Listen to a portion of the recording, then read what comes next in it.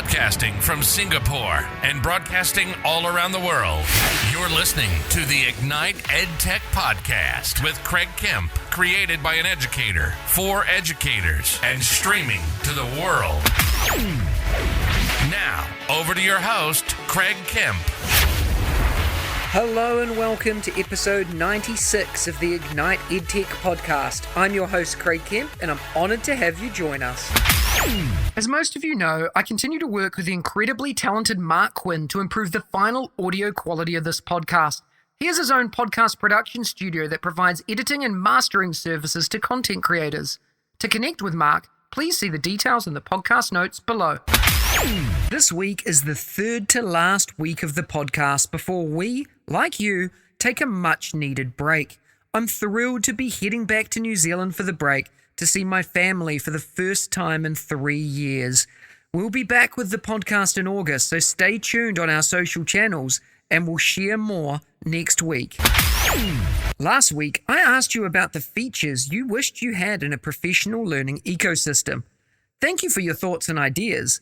This week, I want to ask you about how you build a hybrid learning environment in your classroom or school. Do you build opportunities to flip the classroom? I'd love to hear from you. Please share with us via our Ignite EdTech social streams. I look forward to hearing your responses soon. A tool that has positively impacted the authentic and purposeful use of technology into classrooms and meeting rooms that I have worked in is ScreenCastify. ScreenCastify is a Chrome browser extension that allows you to record, edit, and assign screencasts. With ScreenCastify, you can record a single tab in your web browser, capture all screen activity, or use your webcam to record or insert a video of yourself. While recording, use the tools to write, draw, erase, keep time, restart, or spotlight a section on the screen. There's also an option to play the audio in a tab that you're recording. Recordings can be saved to Google Drive, shared to Google Classroom, uploaded to YouTube, or exported as MP4, GIF, or MP3s. The free version of ScreenCastify allows up to 5 minutes per video. The premium version is unlimited. The editing tool features cropping, trimming, splitting, merging, and the option to put text over clips or blur sections of a video. The most recent feature, ScreenCastify Submit, allows teachers to assign video creation to students with just a link. The free version supports one submit assignment at a time, and a premium upgrade gives you unlimited active assignments. And assignments get saved to Google Drive. ScreenCastify makes screen recording easy to implement and frustration-free for teachers and students alike. The available tools, recording, editing, and assigning strike a nice balance without going overboard or causing confusion. Making use of all three effectively could transform ScreenCastify into a cornerstone tool that drives everything from instruction to feedback to assessment in your classroom. I highly recommend that you take a look at the link in the description below, ScreenCastify.com. Last week, we talked about professional learning ecosystems, and I shared some of the features coming soon to eduspark.world. If you're interested in learning more, go back and listen to last week's episode. This week, I wanted to talk about flipping the classroom, go through some of the pros and cons, and identify some misconceptions. A flipped classroom is an instructional strategy and a type of blended learning, which aims to increase student engagement and learning by having pupils complete readings at home and work on live problem solving during class. This strategy could also be utilized with adult learners. In this blended learning approach, face-to-face interaction is mixed with independent study, usually via technology. In a common flipped classroom scenario, students might watch pre-recorded videos at home, then come to school to do the homework armed with questions and at least some background knowledge. The concept behind the flipped classroom is to rethink when students have access to resources they need most. If the problem is that students need help doing the work rather than being introduced to the new thinking behind the work, then the solution the flipped classroom takes is to reverse that pattern. This doubles student access to teachers, once with the videos at home and again in the classroom, increasing the opportunity for personalization and more precise guidance of learning. In the flipped classroom model, students practice under the guidance of the teacher while accessing content on their own. Of course, it's not that simple, and there are pros and cons to a flipped classroom. As a learning model, criticisms include reduced opportunity for self-directed critical thinking, decentering the role of the student, encouraging a lecture-driven march through curriculum, and in general, simply streamlining an already industrialized approach to learning. And just like in a regular classroom, success depends greatly on the quality of the teacher, the clarity of the communication, and the quality of the given curriculum, assessment, and instruction. Further, equity is still a major issue, and it doesn't address the dated approach most educational systems take to curriculum. Despite the popularity of the flipped classroom, there are still plenty of misconceptions about it. Here are 6 of them, and how to overcome them. Number 1, you either flip it or you don't. Many people assume that if you want to flip your classroom, you have to flip it from all angles. But since the flipped classroom can be considered almost synonymous with personalized instruction, a one-size-fits-all approach is definitely not part of it. You can flip the entire class, just some types of lessons, or even just some of the learning activities. Number 2, flipped content must be a video. Flipped content can be in video format, and this format is definitely the most popular. However, it doesn't need to be the only one. Teachers who want to flip their classroom can opt for videos or simply go for text materials. You might even do podcasts and audio only like this. These can be printed, downloaded, or handed out to the class before, or better yet, uploaded online to the school learning management system or other class collaboration platform. Number 3, the teacher must be in the video. Teachers can become the star of their own show by filming themselves. This adds personality to the learning material. However, not all teachers are natural with the camera. For those who prefer to avoid the filming limelight, the internet has plenty of educational video resources like Khan Academy and TED Talks. Number 4, the teacher needs a lot of technical knowledge. Flipping the classroom requires the use of technology, but it's not rocket science. All technological tools created to assist instruction strive to be as intuitive as possible. Recording screens, using a microphone, or uploading various formats of resources onto an LMS are things that are easy to learn. Plus, there are plenty of YouTube videos to help you and provide tutorials. Number 5, flipping the classroom takes too much time. Flipping the classroom does take time, depending on the abilities of every person and how much of the class needs to be flipped. But once it's designed, it will save you time. Teachers will be able to use the same piece of content over again. Then any changes that must be made to keep the content updated will not take much time. And number 6, students may not be fans. Teenagers are known for avoiding homework and studying as much as possible. So how do we make sure they do the necessary work? Communication is key. By asking questions like, what did you find difficult to answer? Or what was the most interesting thing you found in the learning materials? Every time, teachers can nudge students to come prepared to class. I love the idea of a flipped classroom, and I did it myself for many years. It particularly helps transform more traditional settings. Some of you have probably been doing this for a long time as part of your classroom, and for those of you that are new to it, I challenge you to give it a go. As we get closer and closer to the break for many of you, plan for it and get excited about it.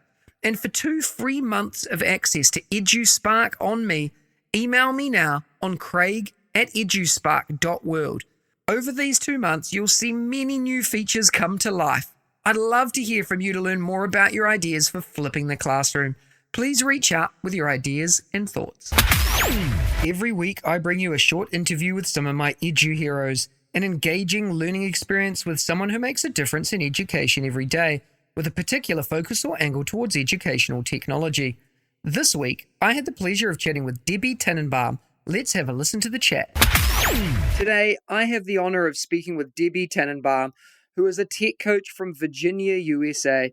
She's an experienced educator who is a lover of learning and a self-proclaimed Google girl. She supports the authentic integration of technology into classrooms and with educators and leaders, both in her district and online to educators everywhere. Debbie also will have a course on EduSpark, which I know you'll love to explore. Debbie, it's a pleasure to have you on the show today. Are you ready to talk about education and technology integration? Absolutely. Thank you so much for having me. It's an absolute pleasure. Let's go. Why don't you start by telling us a little bit about your current role and what inspires you to do what you do? So currently I'm a school-based technology specialist. We're called SFITs, which is a horrible name. But in this job, I get to do lots of different things. I primarily support staff and students integrating technology into instruction. And that probably is my favorite part of my job. I get to do this by modeling and co-teaching lessons with teachers and students, supporting our collaborative learning teams.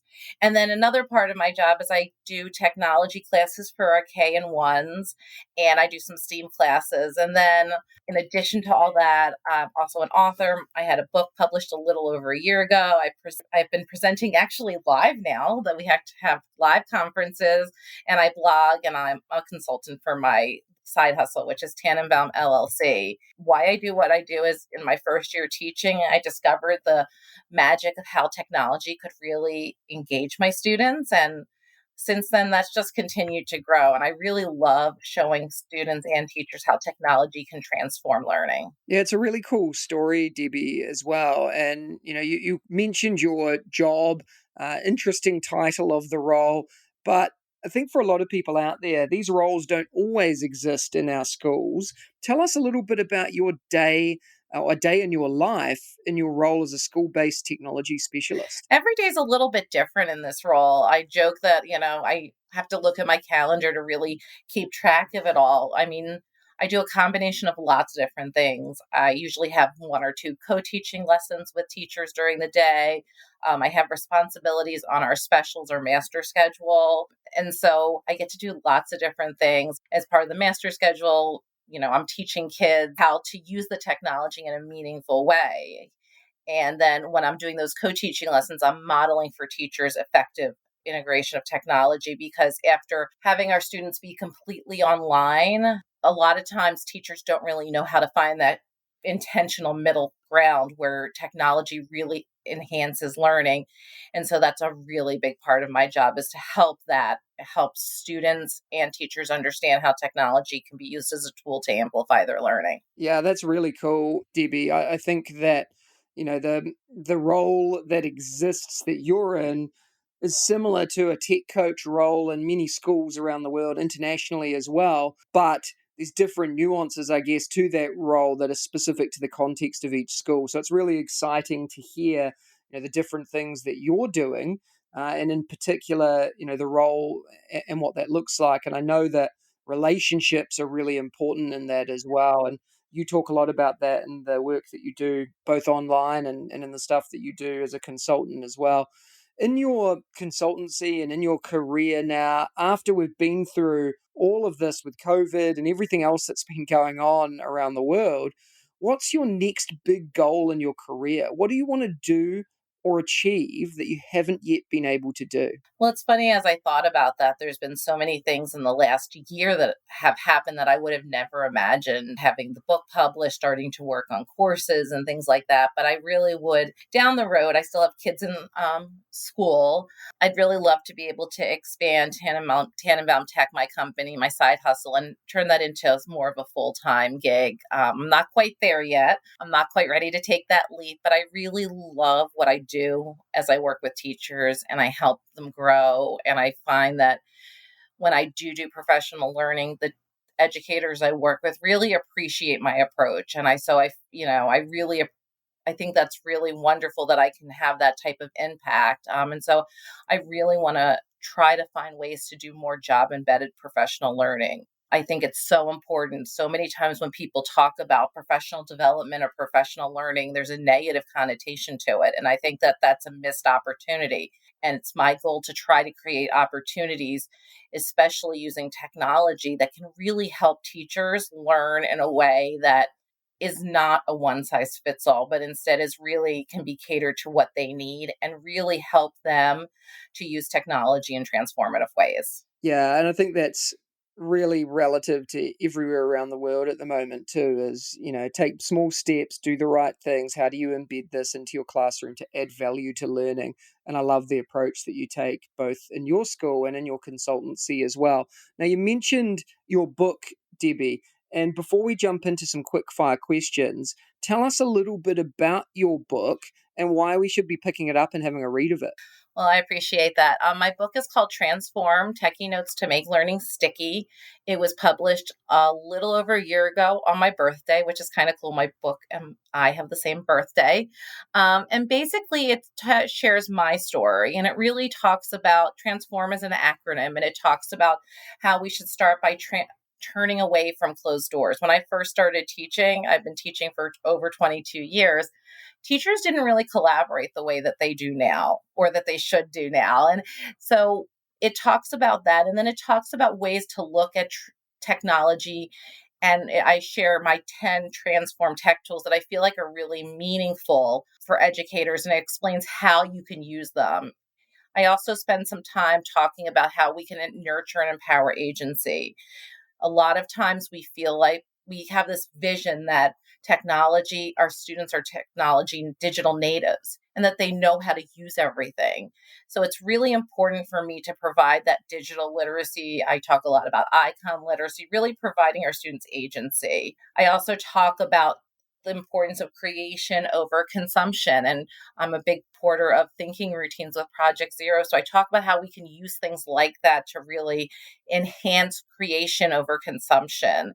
And then the book kind of turns and really focuses on educators. It talks about the importance of seeking connections outside of your PLN. It talks about finding those people who can really support you. And then in the last part of the book, it really kind of talks about taking it the next step. It shares how I started to share my voice. It kind of happened put my toe in, decided I might want to start a blog. And now I've been blogging for, almost 3.5 years now. And it talks about that. It talks about taking risks. And then at last talks about those opportunities that come out of technology. So it really takes you through a journey as you go through it. It's very much story based. So it really gives you that opportunity to see into my world, but also to give you a framework as you begin your journey, knowing that I've been there too. Yeah, what a cool story and a great book. We'll make sure the link to that is in the podcast notes below as well. Thanks for sharing that, Debbie. I really appreciate it. No problem. And I'm super excited. I'm not fully an author of, but I'm a contributing author to a book that's coming out from another company, EduMatch.